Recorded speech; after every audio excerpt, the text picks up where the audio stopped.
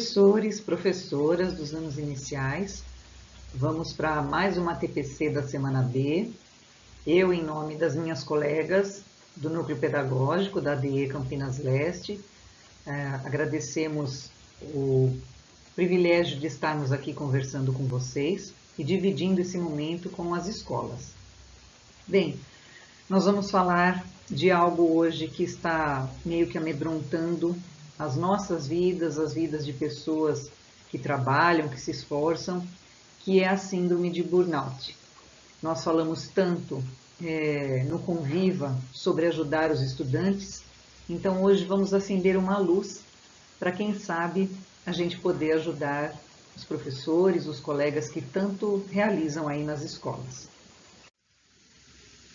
Com objetivos de hoje, nós vamos conscientizar professores da Educação Básica 1 sobre uma síndrome silenciosa, a síndrome de burnout, que afeta muitos de nós. Observar os sinais que o corpo e a mente nos dão e procurar ajuda médica quando sentir necessidade. O conteúdo é apenas é a própria síndrome de burnout. Como leitura em voz alta de hoje, eu trouxe, como mostra aí a figura, Sísifo, o mais astuto dos mortais que tentou enganar a morte.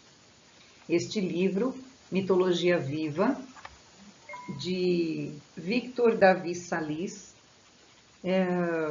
faz parte do nosso acervo, da nossa biblioteca na diretoria de ensino, e nós trazemos um gênero que muitas vezes é deixado de lado, muitas vezes desconhecido por nós, mas que as crianças adoram, que é o mito.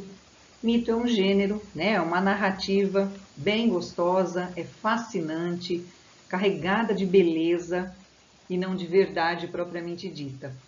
Vamos falar um pouquinho então do autor, que é um mitólogo, psicólogo, professor universitário, escritor e especialista em mitologia grega, egípcia, caldaica, oriental e judaico-cristã. Victor é grego, mas está radicado no Brasil há muitos anos e já escreveu muitas obras na área de mitologia, em educação paideia e psicologia. Então, para vocês agora, um pouquinho de Sísifo, o mais astuto dos mortais que tentou enganar a morte.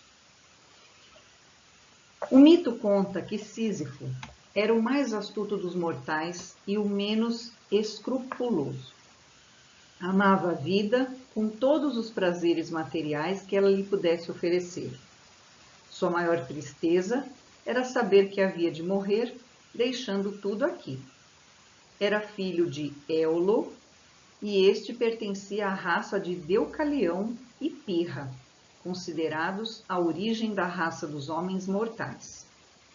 Era ainda fundador de Corinto e pai de Odisseu. Traiu Zeus ao revelar uma de suas aventuras quando este raptara Égina, filha do deus rio Asopo, dando-lhe a nascente de um rio para Corinto em troca. Zeus já estava encolerizado com Sísifo por seu hedonismo, que é a busca do prazer na vida como um fim em si mesmo, e seu desdém pelos deuses. Decidiu então enviar-lhe a morte como castigo, mas o astuto Sísifo, percebendo sua aproximação, conseguiu aprisioná-la. Assim, não só ele, mas todos os mortais puderam continuar vivendo indefinidamente. Acontece que o Hades, o mundo subterrâneo dos mortos, era um lugar onde eles passavam e depois partiam em direção a seu astro-guia, para se preparar para voltar a viver. Desse modo, não permaneciam lá. Esse mundo devia receber sempre novos mortos para habitá-lo. Como a morte estava aprisionada, os homens deixaram de morrer, o que acabou por esvaziar este tenebroso local. Hades, ou Plutão, que governava esse mundo, queixou-se para Zeus de que seu reino estava praticamente vazio. Este imediatamente descobriu o ardil de Sísifo em aprisionar a morte. Decidiu então dar-lhe o mais terrível dos castigos. Fulminou-o com seu raio e, após libertá-la, aprisionou-o no Hades, condenando-o a rolar eternamente uma pedra colina acima e, quando ela estivesse quase no topo, rolasse de volta para baixo, para tudo começar de novo. E aqui encontramos o significado central desse mito. A pedra rolando eternamente e sendo levada outra vez colina acima, simboliza a mais inglória das tarefas. É inútil rolá-la para cima, pois ela retornará ao seu ponto de partida. Mas, embora sem sentido, é preciso rolá-la novamente. Isso representa o pior dos castigos que um homem pode ter: realizar um trabalho de modo insano e sem sentido. Para o pensamento antigo, tinha um significado ainda maior. Permanecer no Hades, sem poder retornar para seu astro-guia e voltar a viver, era o pior dos castigos, pois significava perder o mais sagrado dos direitos de uma alma, o de prosseguir em seu destino, evoluindo cada vez mais numa nova existência para finalmente reconquistar a imortalidade perdida. Assim, Sísifo sofre o pior dos castigos, pois perde o direito de ter um destino a cumprir. Representa a perda da busca e da evolução. Tudo que ele realiza é inútil e de nada serve para a sua elevação. Ao contrário, ele, ironicamente, atingiu a imortalidade, só que da pior forma, e não vai a lugar algum. Podemos compreender que, mais uma vez, esse é o sentido e o destino daqueles que estão presos ao material e à busca incessante do prazer como um fim em si mesmo. Estão condenados a não ir a lugar algum, ou seja, estão rolando uma pedra sem sentido e só eles não foram avisados. Prosseguindo, vamos visualizar aqui uma imagem que é, na verdade, um equilíbrio para termos qualidade de vida, né? Fatores que influenciam a qualidade de vida que nós tanto almejamos. Espiritualidade, o trabalho, a educação, saúde, o ambiente, família, amigos, lazer. Se isso tudo está equilibrado, é sinal que temos uma qualidade de vida. Mas basta um deles cair, desequilibra, e aí quem sofre somos nós. Vamos ainda pensar um pouquinho sobre o bem-estar físico, que é o nosso corpo propriamente dito, esse lado espiritual, onde satisfazer os nossos valores, o nosso plano de vida está também incluído, a saúde mental, que nós tanto trazemos, né, no projeto de convivência, no programa Conviva, onde nós almejamos satisfazer as nossas necessidades de conhecimento e desenvolvimento pessoal, unindo ao social, onde nossos relacionamentos sociais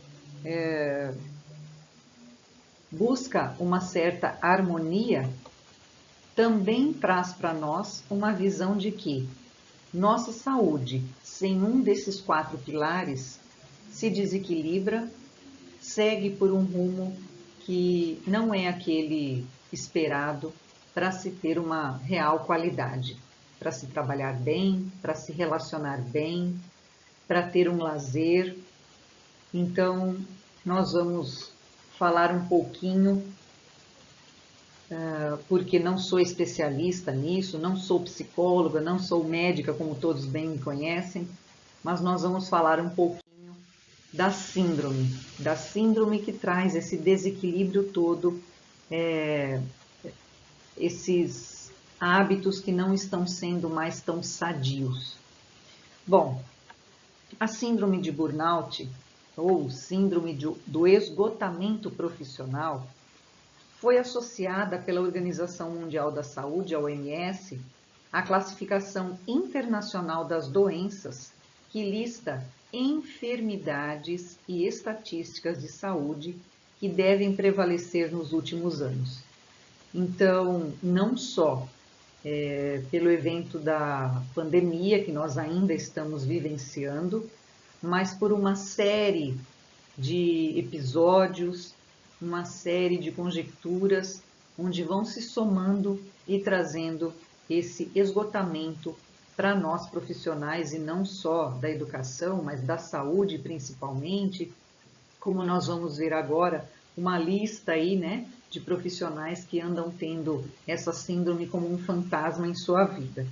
Bem, o nome burnout vem do inglês, que significa esgotamento, e a doença, por sua vez, né, a síndrome, na verdade, é ocupacional, e que ela vai exaurindo por conta de situações vividas no ambiente profissional. É uma espécie de excesso de cobranças, de competitividade, de acúmulo de responsabilidades. Então, nós devemos de vez em quando parar, analisar, refletir sobre tudo o que andamos fazendo para que a gente mantenha a nossa saúde equilibrada. Eu sei que é difícil, eu mesma já me vi muitas vezes a caminho dessa síndrome, espero não ter nem chegado perto dela, mas é preciso voltar, é preciso diminuir os ritmos, é preciso se reequilibrar. Bem, a lista dos profissionais, né, que eu disse agora há pouco para vocês, dos quais fazem parte os policiais, que têm uma vida bem difícil também, nós professores, jornalistas, por todo o enfrentamento no seu dia a dia de trabalho, os médicos e enfermeiros, e principalmente agora retornando à pandemia, estão entre essas profissões que são mais afetadas pela pane física e mental. Então vejam, são expressões que muitos de nós profissionais da educação já passamos por isso e não demos o significado, o real valor aos sinais que esses momentos mentais ou físicos nos mostram, nos apontam. A OMS ainda descreve o burnout como uma síndrome resultante de um estresse crônico no trabalho que não foi administrado com êxito. Então, vem aí carregado de frustração também, né? E atribui a doença exclusivamente ao contexto profissional.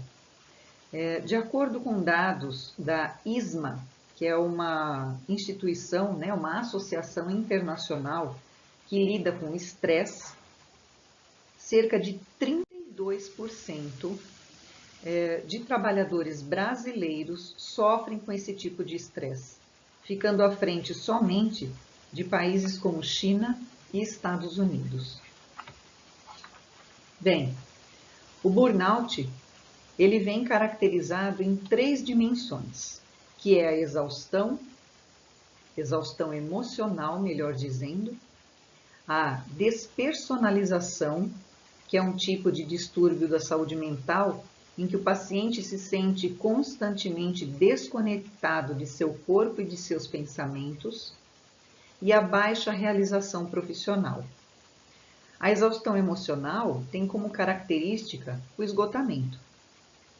A imagem que a gente pode ter ou fazer é exatamente essa, do palitinho de fósforo que vai se queimando e chegou até o final.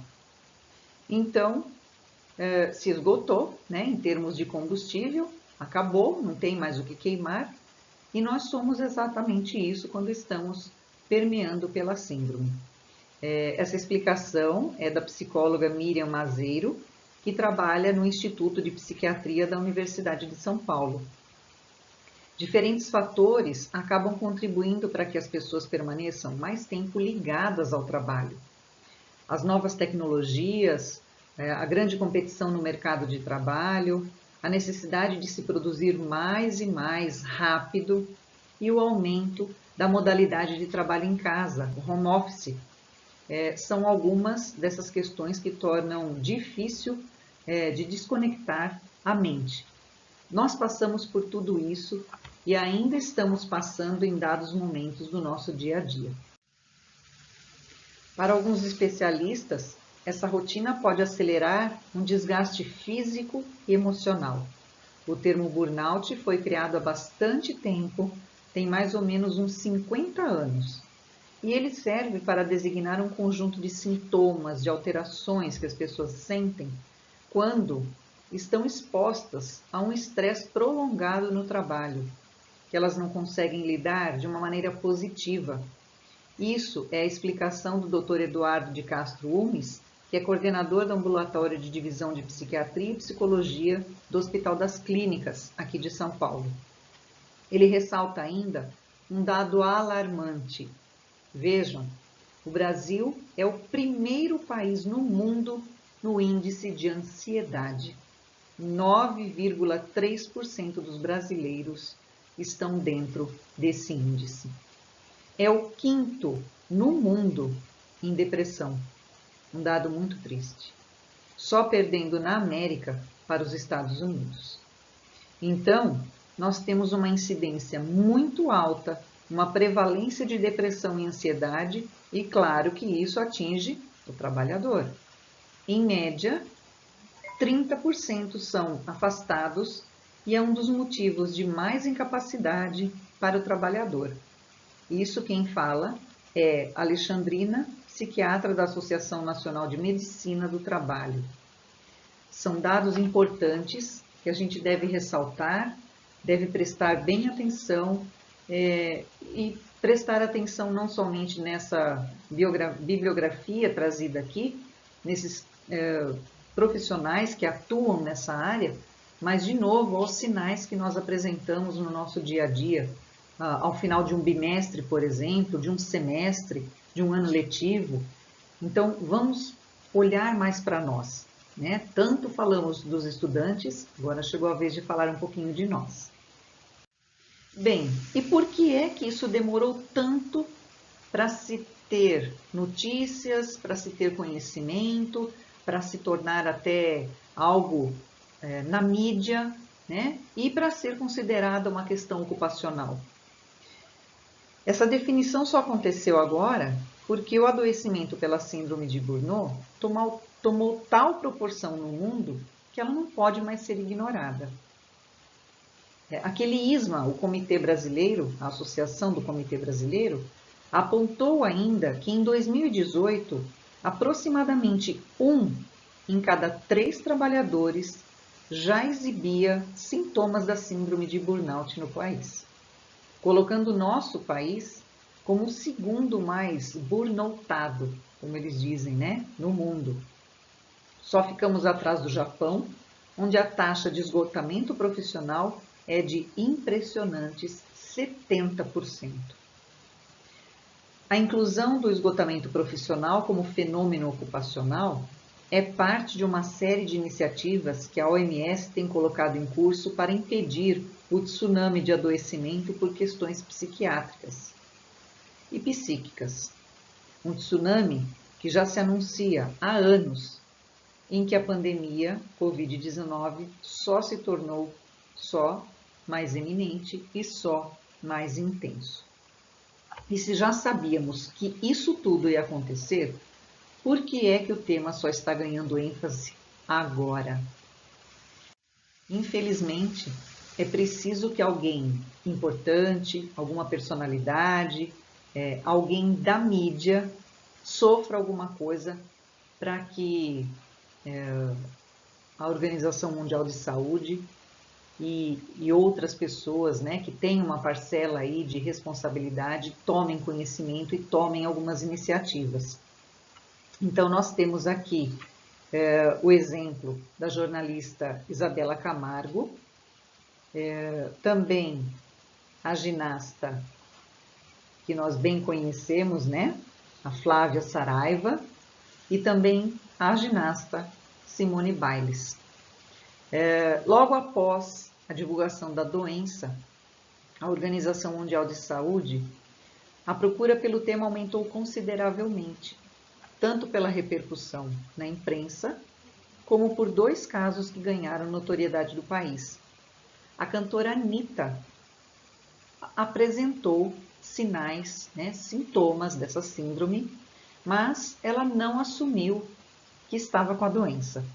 E já a jornalista Isabela Camargo não só assumiu abertamente, como também se tornou uma voz, uma das mais altas vozes que gritam pela importância e pela conscientização dessa síndrome aqui no país.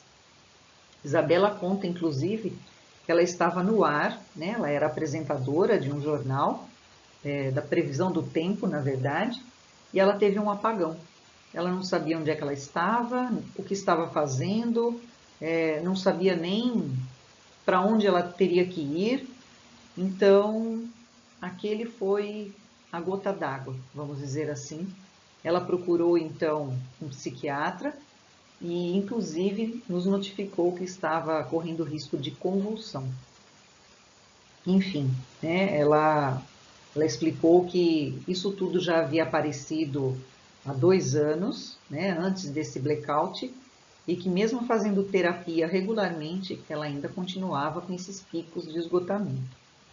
Além disso, ela apresentava também dor de cabeça, bruxismo, que é aquele ranger de dentes quando a gente dorme, problemas no estômago, que vão gerar gastrite, úlcera, problemas de circulação, taquicardia, falta de ar, até evoluir para comportamentos agressivos e pensamentos suicidas, que já é o extremo, Essas 2 lindas também, a Flávia e a Simone, que estão aqui nas imagens, elas mostraram para nós, que o esgotamento faz com que o insucesso e algumas decepções ocorram nas suas vidas, A Flávia nos conta que teve em 2019 muitas competições, muitas, mais de 10, e que era um treinamento incansável. E eles acabaram acometendo, inclusive, com uma lesão no joelho. Ela ficou desanimada, ela voltava a treinar, mas ela ficava muito cansada, e era um cansaço que não era habitual, e começou a ter também muita dificuldade para dormir. Em média, ela nos conta que dormia 3 horas por madrugada. Então, vejam, para quem treina de 7 a 8 horas por dia, no mínimo tem que dormir 8 horas também para que o corpo aguente, esse treinamento todo que é bem intensivo. E, por fim, ela começou a ter crises de choro e de medo, Ela lutou muito para enfrentar tudo isso e para entender e aceitar o que é que estava acontecendo, e ainda diz que sem a ajuda de pessoas queridas, próximas da família, amigos, inclusive do treinador, ela não teria a bagagem, o suporte para enfrentar tudo isso. E Simone, nós tivemos um episódio muito triste, que foi onde ela foi campeã, aqui no Brasil, no Rio, em 2016, mas infelizmente ela não conseguiu repetir esse resultado em Tóquio, na Olimpíada passada, que ocorreu em 2020. Ela abandonou, a competição, que para um desportista é o auge da carreira, é o auge da realização desse atleta, participar de uma Olimpíada. Ela desistiu de tudo e disse, em entrevista, que não somos apenas atletas, somos pessoas, afinal de contas, e às vezes é preciso dar um passo atrás.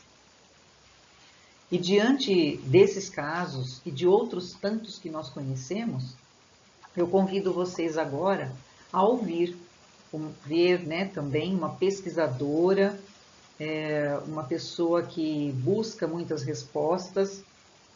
Ela é uma ex-burnoutada, e nós vamos dar um pouco mais de atenção ao que ela fala. Vocês vão notar que ela fala muito de empresas, mas vamos dirigir a nós, que somos também funcionários públicos.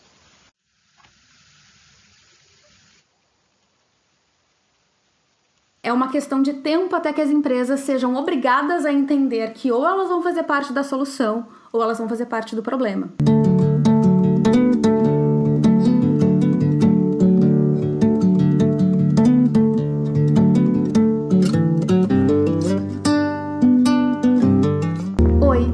Eu sou a Carol Milters, sou escritora, facilitadora e investigadora da Síndrome de Burnout, workaholismo e cultura da saúde mental no trabalho.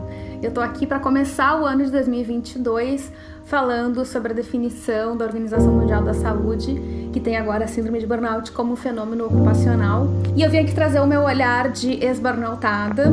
Tenho sido muito perguntada sobre o que está acontecendo, enfim. Vou colocar alguns links de lugares que eu tenho falado, entrevistas e tudo mais, e esse assunto tem ganhado muita ênfase nesses últimos tempos. Esse vídeo é baseado em um artigo que eu escrevi sobre o mesmo assunto. Eu tô experimentando um formato de conteúdo em que eu começo escrevendo, que é a minha mídia preferida, e aí depois eu faço um vídeo aproveitando o mesmo tema, e aí quem preferir pode ler, quem preferir pode assistir, ou se quiser também tu pode fazer os dois, porque vai ter algumas intersecções, mas sempre tem alguma coisinha diferente em uma mídia e outra. Se tu ainda não te inscreveu no canal, ainda não me segue, por favor, curta, faça todas aquelas coisas que a gente sabe que é importante para que o conteúdo chegue a mais e mais pessoas, e cada vez mais esse assunto está sendo super importante. O meu objetivo com esse vídeo é conseguir, além de todas as notícias que estão acontecendo, trazer um pouco do meu olhar do que isso tudo significa para quem está passando pelo burnout e também para as organizações que estão começando a olhar para isso. Então, aqui nas minhas redes, no meu site, tem bastante informação, tem a semana de conscientização da burnout, tem muito conteúdo, tem o meu livro, minhas páginas matinais, em que eu falo sobre a minha experiência, e aí a gente vai passar por alguns aspectos desse assunto.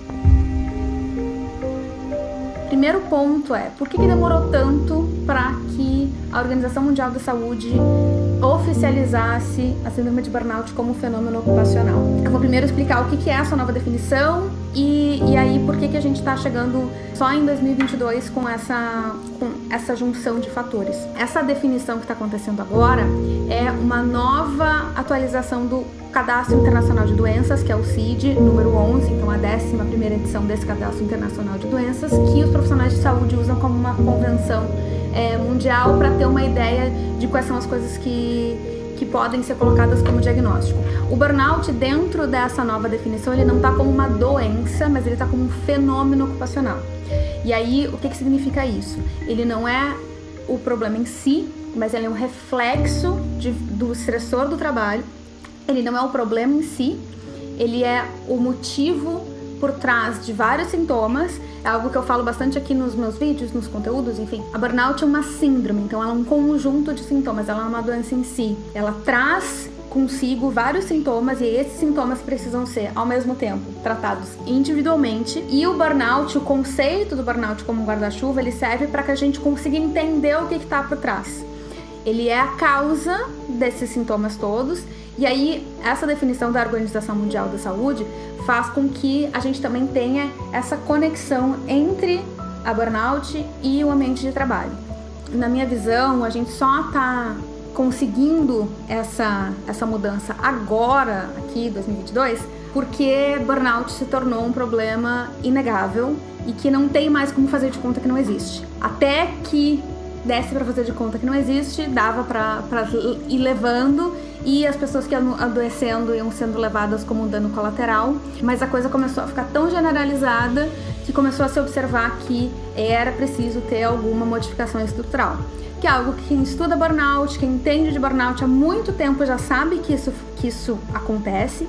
Essa modificação da Organização Mundial da Saúde reforça esse aspecto de que é algo mais sistêmico do que apenas uma pessoa não sabendo lidar com o seu estresse. E isso demorou tanto porque, de um lado, a gente tem profissionais de saúde que ainda não entendem, que ainda estão aprendendo sobre o que é o burnout, como uma linguagem, como um diferencial de diagnóstico. Isso ainda é muito recente.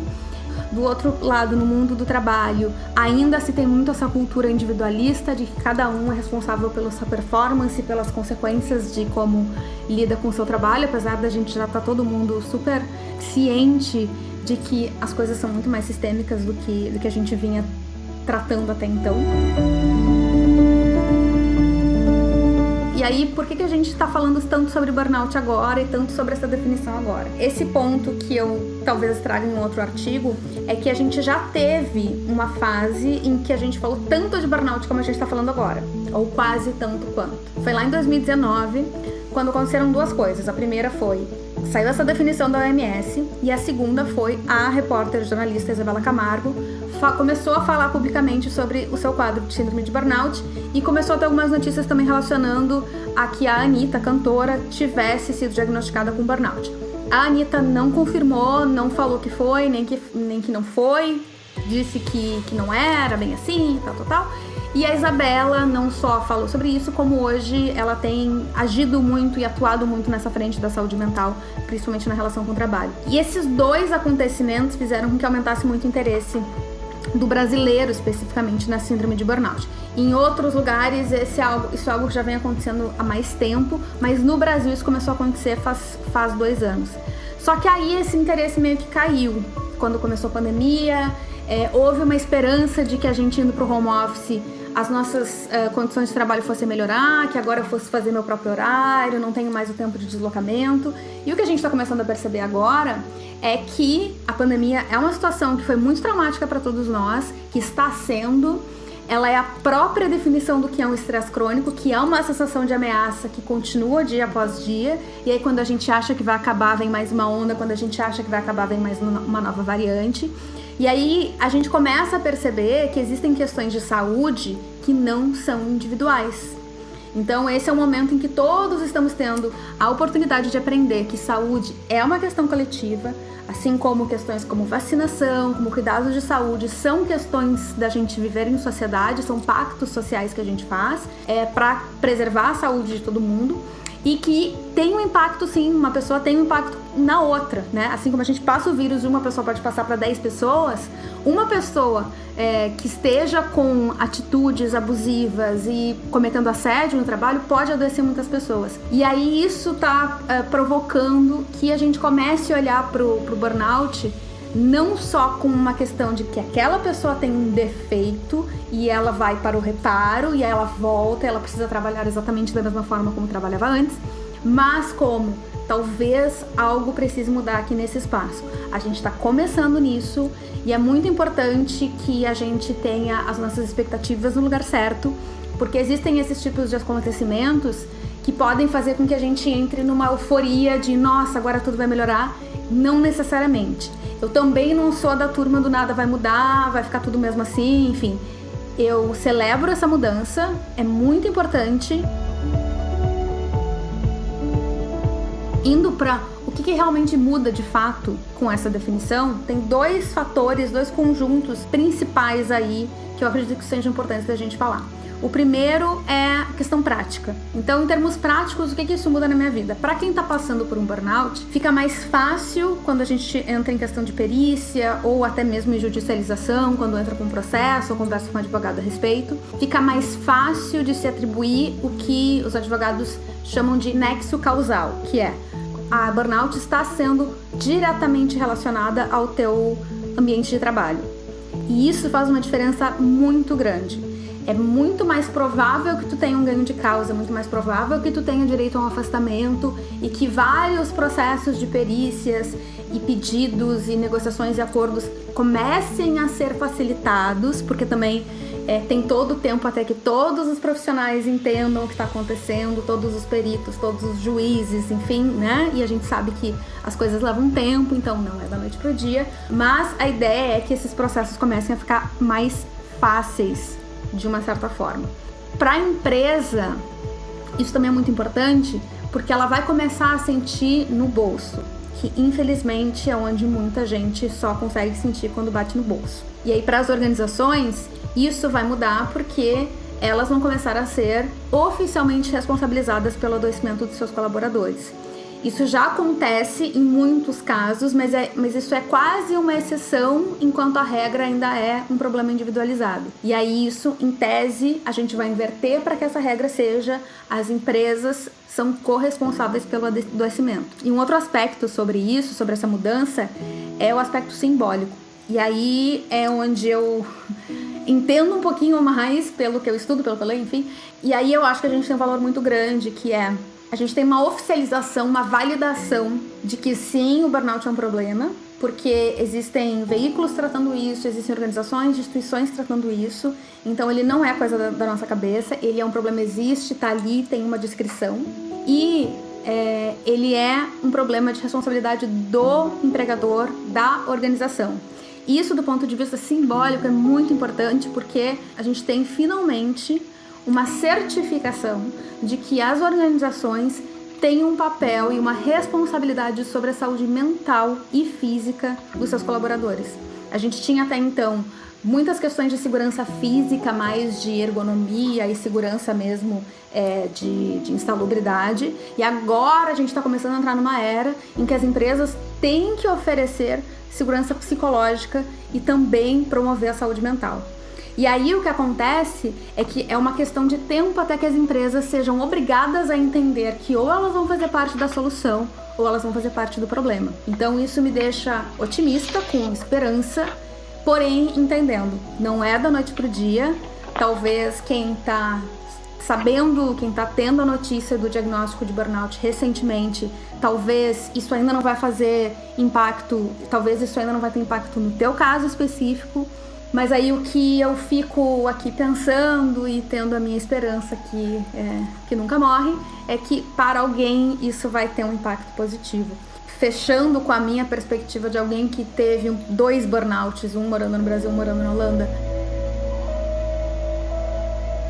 E aí, falando um pouco sobre como é para uma pessoa que passou por 2 episódios de burnout, um no Brasil e um aqui na Holanda, onde eu tô morando hoje, como que é que efeito que essa notícia tem, né? Eu me sinto, por um lado, eu fico feliz de uma certa forma de ver que algo que eu já estava observando, que não é um fenômeno individual, que não é besteira, que não é fraqueza, todas aquelas coisas que a gente fala aqui bastante, que isso está começando a ser levado a sério de uma forma mais ampla. E que quem está passando por isso agora está sofrendo em dobro, porque além de estar sofrendo com o adoecimento, está sofrendo com a ignorância. Aos poucos, a minha esperança é que a parte da ignorância a gente não precisa mais sofrer, pelo menos não na intensidade que a gente sofre hoje. Por outro lado, eu entendo que existem questões práticas, questões de licença de saúde, de remuneração, de responsabilização financeira, de acesso a tratamentos que são inegáveis e que deveriam ser e são direitos de todo mundo. Porém, uma coisa que é muito importante é entender que a gente, infelizmente, precisa de um diagnóstico para validar que o nosso sofrimento é legítimo. E essa é a reflexão que eu quero te propor hoje. A gente precisa de um diagnóstico para validar que o nosso sofrimento é legítimo, que a nossa dor é legítima. A gente precisa de um diagnóstico para dizer: olha, eu não estou bem, esta situação está me fazendo mal, e ela está me fazendo mal por isso, por isso e por isso. Isso acontece porque a gente vive num mundo que invalida o que a gente sente dia após dia e que está sempre querendo que a gente continue operando como se fosse uma máquina. Então, eu sempre apoiarei o diagnóstico e sempre estarei em prol de quem está passando por isso, mas eu também acho importante que a gente pense nisso e entenda que esse poder que muitas vezes a gente dá para uma organização como a própria OMS, ele tem que ser um poder de cidadania, mas não um poder emocional. E a gente precisa dividir um pouco essas coisas às vezes, porque elas ficam um pouco confusas, e entender que a tua dor é legítima e que tu não precisa passar por violências, por agressões, por assédios. Eu lamento que a gente viva num mundo em que a gente precisa colocar um rótulo e dizer: é isso, para que a gente tenha direito a pelo menos tentar recomeçar. Mas já que o mundo é assim, que bom que a gente tem acesso a esse tipo de coisa. recados aqui, coisas que a gente ainda não tem, porque obviamente ainda existem várias coisas que a gente ainda precisa evoluir. O fato de que isso esteja no papel não significa que isso esteja no viver, como diria o Chico Buarque, eu não me lembro quem.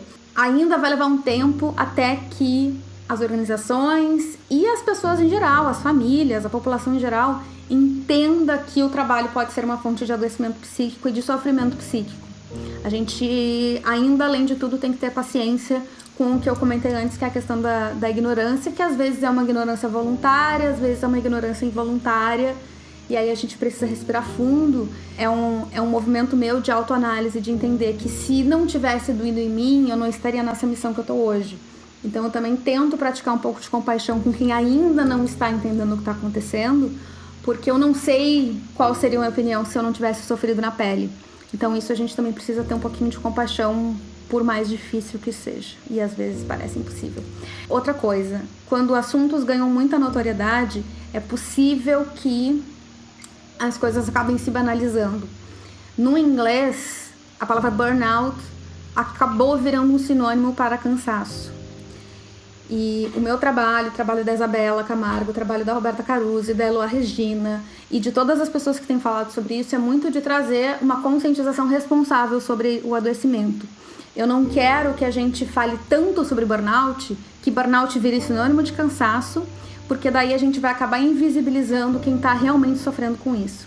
Então, a gente precisa entender o que é burnout, o que não é burnout. A gente tem aqueles 3 eixos de sintomas mais importantes: exaustão mental e física, sensação de ineficácia e despersonalização, e sintomas físicos. E que um descanso de um fim de semana, uma semana ou às vezes um mês não são suficientes. É muito importante a gente ter isso sempre em mente. E outros tipos de burnout não estão previstos nesse registro da Organização Mundial de Saúde, como por exemplo o burnout parental. Eu falo muito sobre a relação com o trabalho e foco no burnout ocupacional, mas existem outros tipos de burnout que a gente tem começado a estudar. E aí também a gente precisa ter muito cuidado para que não acabe virando burnout de qualquer coisa, burnout matrimonial, burnout de namorar, burnout de ir pra praia, burnout de não sei o quê. Muita hora nessa calma, mas já existe pesquisa sobre, por exemplo, burnout parental. Isso não é a mesma coisa do burnout ocupacional que a gente está vendo aqui.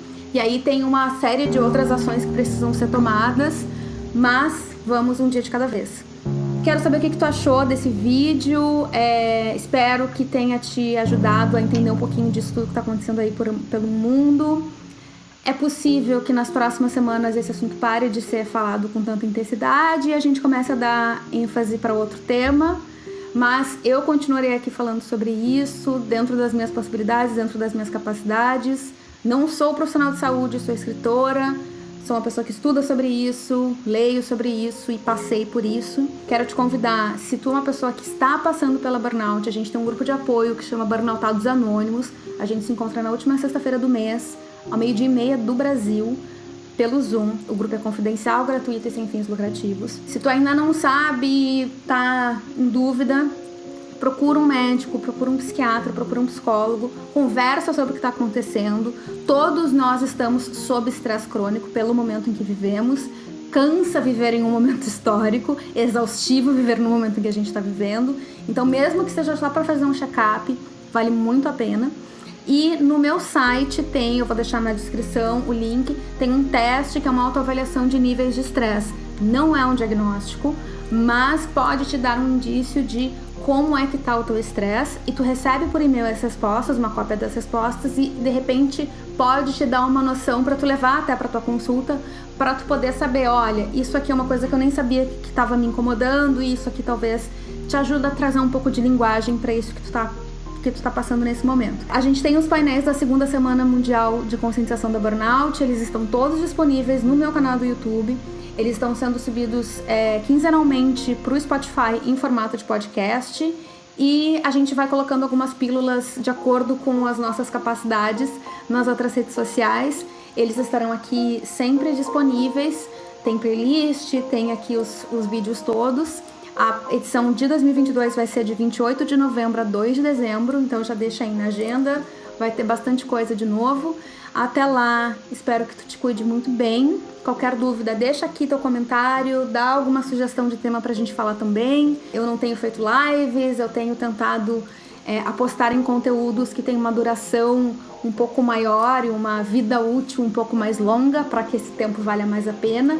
E eu espero que teu tempo também tenha valido a pena. Te cuida muito bem e até o próximo.